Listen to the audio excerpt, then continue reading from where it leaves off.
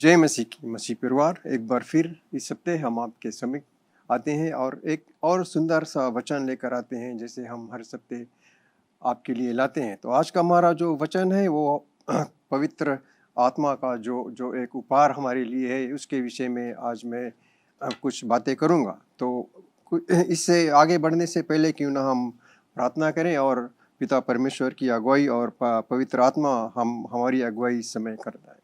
तो हम पिता परमेश्वर को धन्यवाद देते हैं कि पवित्र आत्मा के माध्यम से हमारे बीच में काम करता है।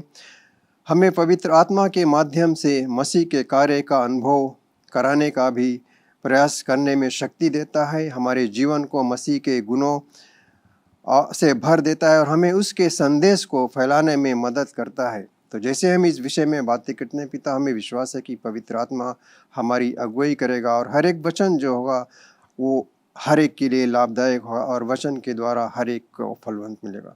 हम इस समय को और इस वचन को जो भी हम कहेंगे आपके अधीन में करते हैं और धन्यवाद देते हैं यीशु मसीह के नाम से। तो हमारे प्रिय भाइयों और बहनों, मसीह विश्वासियों, मुझे विश्वास है कि जो वचन आज मैं आपके लिए लेकर आया हूँ वो आपके हृदय और मन को छुएगा, क्योंकि ये पवित्र आत्मा का जो वचन है, पवित्र आत्मा जो हमें दिया गया है, तो पवित्र आत्मा के द्वारा हम हर एक चीज़ को कर सकते हैं। जैसे हमने पहले कुछ विषय में इसके बातें में कहा था कि जो पवित्र आत्मा है, जो मसीह आज भी पवित्र आत्मा के माध्यम से हमारे जीवन में प्रवेश करता है और हर एक कार्य में हमारी सहायता करता है। पवित्र आत्मा हमें मसीह के वचनों ही के द्वारा याद दिलाता है, शांति और संतुष्टता प्रदान करता है। उसके कार्यों का जो परिणाम है वो भी करता है और उसके प्रेम को हमारे जीवन में प्रकट भी करता है। और जब हम पवित्र आत्मा के साथ मिलकर काम करते हैं तो हमें मसीह की उपस्थिति और कार्य को अपने जीवन में महसूस कर सकते हैं कि पवित्र आत्मा के द्वारा और उसके उपदेशों के द्वारा हम हर एक चीज़ को पूरा कर सकते हैं। तो हम इस विषय में और भी आगे बातें करेंगे कि पवित्र आत्मा हमारे लिए क्यों और कैसे हम उसे इस्तेमाल करते हैं। पवित्र आत्मा को हम अपने जीवन में कैसे प्रवेश कर कर और उसकी हर एक जो लाभदायक पवित्र आत्मा के द्वारा हम दिला सकते हैं। जैसे अगर हम देखें तो पुराने नियम में परमेश्वर ने स्वयं को इज़राइल के सामने एक परमेश्वर के रूप में प्रकट किया था, और वो क्या था कि यह उस समय मनुष्य के लिए एक आश्चर्यजनक रहस्य उद्घाटन था, जब वह बहुतायत से समुद्र से घिरा हुआ था।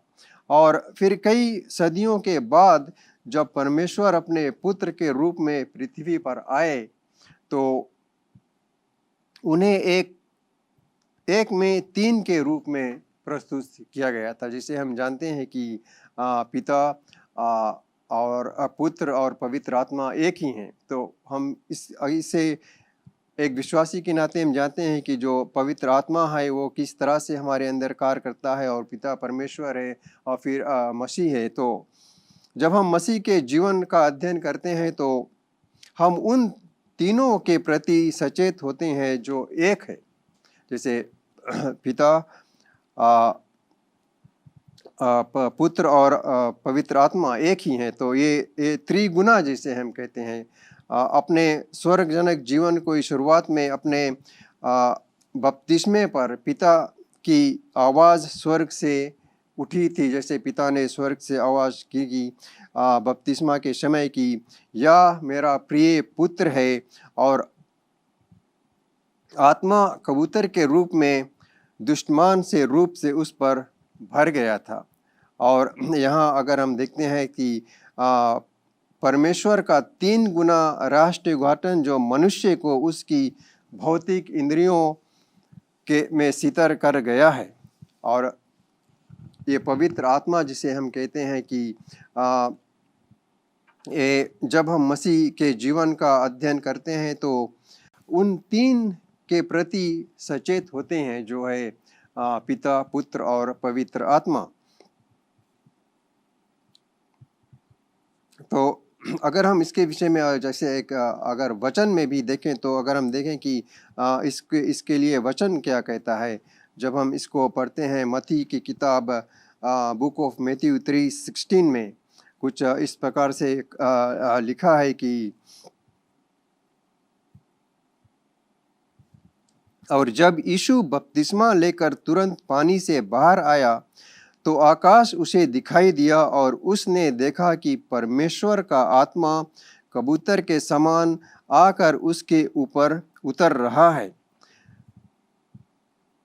इस पद में हम क्या देखते हैं कि जब यीशु के बपतिस्मा के समय हुआ तो पवित्र आत्मा जो था वो एक कबूतर के रूप में प्रकट हुआ, और जो परमेश्वर की उपस्थिति और पुष्टि को दर्शाता है, यह बताता है कि पवित्र आत्मा यीशु के मंत्रालय की शुरुआत और परमेश्वर की योजनाओं को पूरा करने के लिए महत्वपूर्ण हुआ है। तो यहाँ हम ये भी अच्छी तरह से हमें जो वचन है उसके द्वारा सिखलाया गया है कि पवित्र आत्मा किस प्रकार से यीशु पर आया और किस प्रकार से जब बपतिस्मा के समय एक कबूतर के रूप में उसे उस जगह पर उसे पवित्र आत्मा में अपना जो दृष्टि है उसको दिखलाते हैं।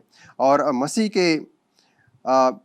के विषय में उपदेश और निजी बातचीत में उन्होंने लगातार बात की कि उनके पिता और स्वयं दो अलग अलग व्यक्तियों के रूप में और फिर भी सामान्य रूप में घोषित करता है। और वो क्या है कि जो पवित्र आत्मा हम देखते हैं तो वो किस तरह से दिखलाता है। और आगे भी अगर हम पढ़ें कि अगर हम जॉन 10:30 में अगर देखें तो उसमें भी बहुत अच्छी तरह से हमें सिखलाता है वचन की मैं और मेरे पिता एक ही हैं।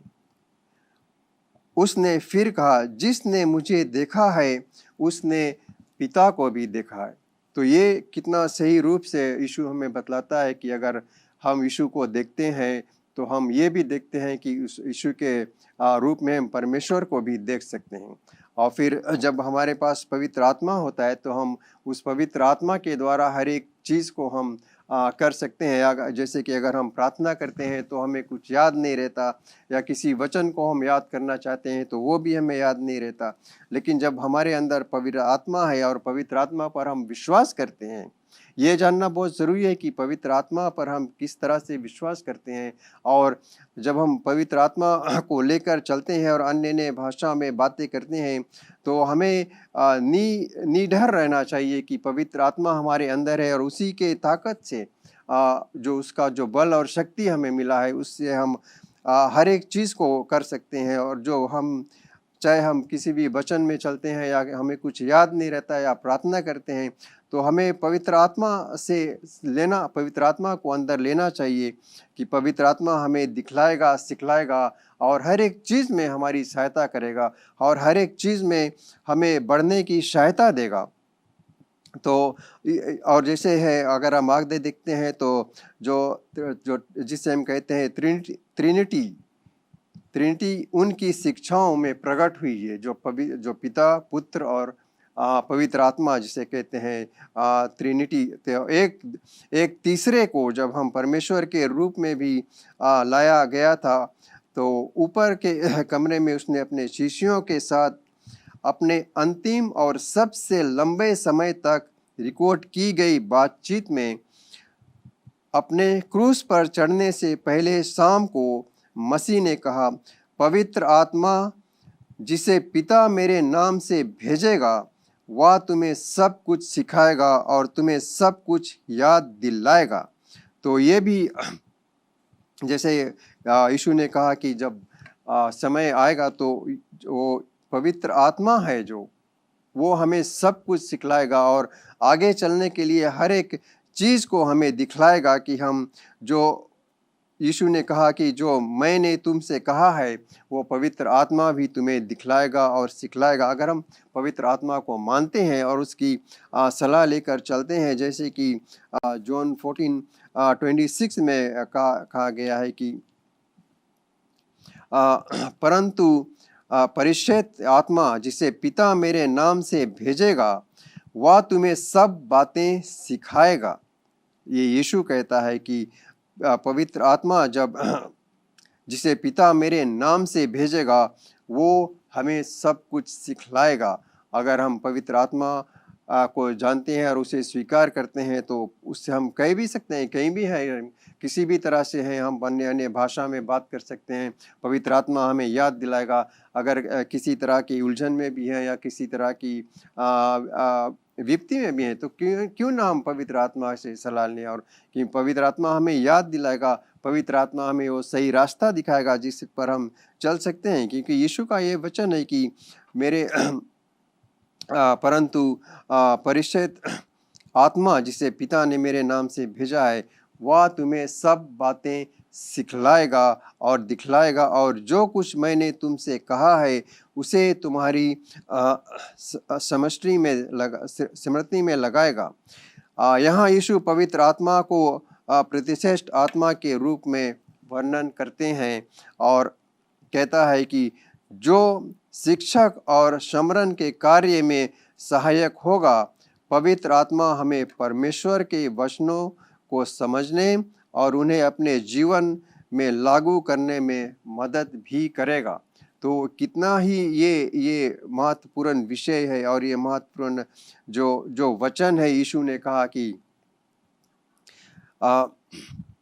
मैं वो समय दूंगा, और वो जानता था कि ये क्या समय है, और पवित्र आत्मा हमें परमेश्वर के वचनों को दिखलाएगा और सिखलाएगा। जब हम भटके हुए भी हों, किसी भी तरह से हों, हम जानते हैं कि जहाँ हमारा कोई सहारा नहीं वहाँ हम पवित्र आत्मा के साथ और उसके वचनों के साथ हर एक चीज़ को पार कर सकते हैं। क्योंकि जब अगर हम देखते हैं तो शिष्यों के साथ जब मसीह अंतिम बातचीत कर रहे थे और एक बड़ा हिस्सा पवित्र आत्मा के बारे में था जो उनकी जगह लेने के लिए आने वाला था, यह संदेश जॉन के सुसमाचार के 14वें और 16वें अध्याय में दर्ज है। अगर हम जॉन 14 और 16 को पढ़ते हैं तो हमें अच्छी तरह से वो दिखलाता है कि पवित्र आत्मा जो है पिता परमेश्वर और पवित्र आत्मा के विषय में मैं और भी जानकारी देगा कि पिता, पुत्र और पवित्र आत्मा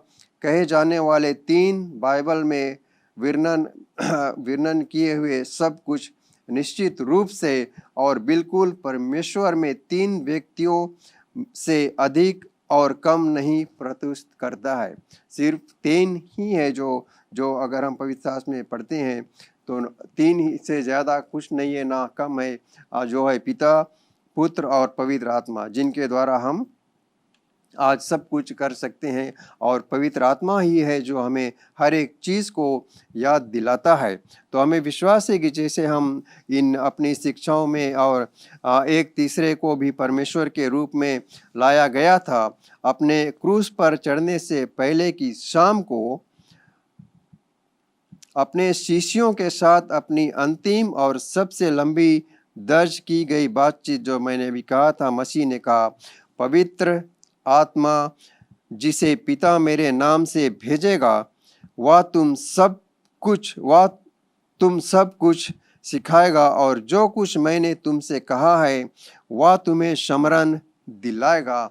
इसे अगर हम पढ़ेंगे तो ये जॉन 14:26 में सही रूप से कहा है कि मसीह की शिष्यों के साथ अंतिम बातचीत का जो एक प्रमुख हिस्सा पवित्र आत्मा के बारे में था जो उनके स्थान पर आने वाला था। यह संदेश यूहन्ना सुसमाचार के 14वें और 16वें अध्याय में दर्ज अच्छी तरह से किया गया है।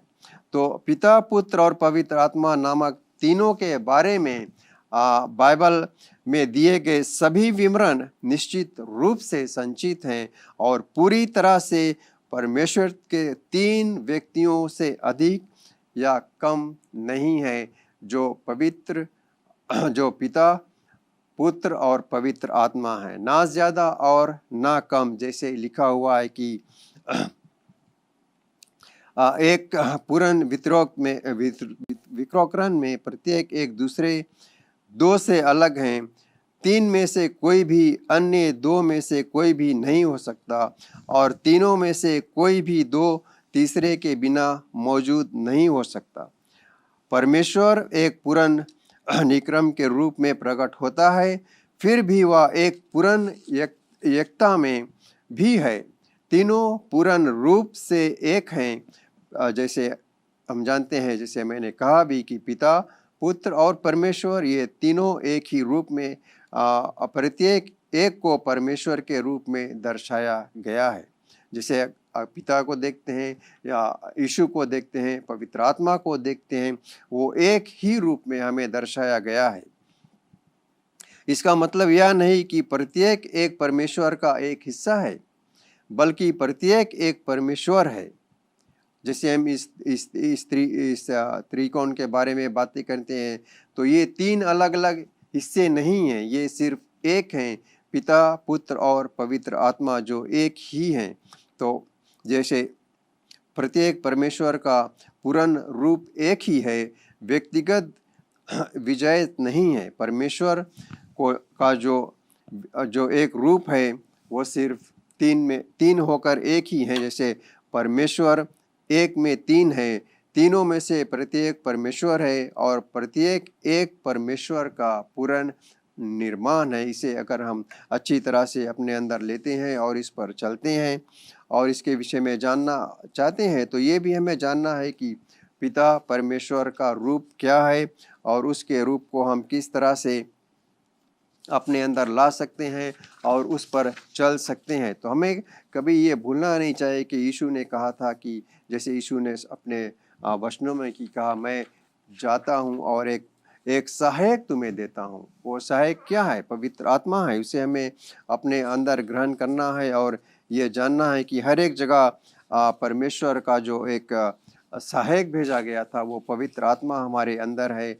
और अगर हम उसे अपने अंदर लेते हैं और ग्रहण करते हैं कि पवित्र आत्मा हमारे साथ है और हमसे कभी अलग नहीं है, तो हमें विश्वास है कि उस हर एक कठिनाई, उस रास्ते पर अगर हम चलते हैं पवित्र आत्मा के द्वारा, तो हर एक चीज़ से वो हमें सही रूप से और सही जगह लेकर जाएगा। क्योंकि जहाँ हम अपने आप से कुछ नहीं कर सकते, हम पवित्र आत्मा की सहायता ले सकते हैं, और पवित्र आत्मा ही के द्वारा हम हर एक चीज़ को उसके रूप में प्रकट कर सकते हैं। जैसे कि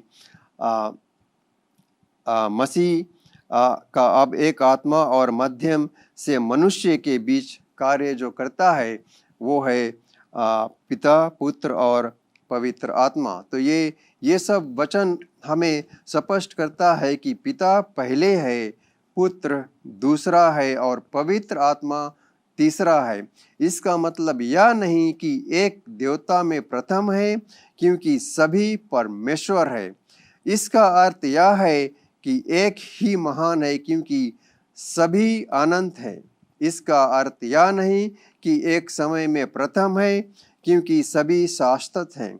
इसका अर्थ केवल यह हो सकता है कि पिता पहले है, पुत्र दूसरे और पवित्र आत्मा तीसरे स्थान पर हैं। जो पवित्र शास्त्र स्रोत के रूप में पिता का प्रतिदिन करता है, अनंत पुत्र का जन्म हुआ है, और पिता और अनंत आत्मा पुत्र के माध्यम से पिता से आगे बढ़ती है।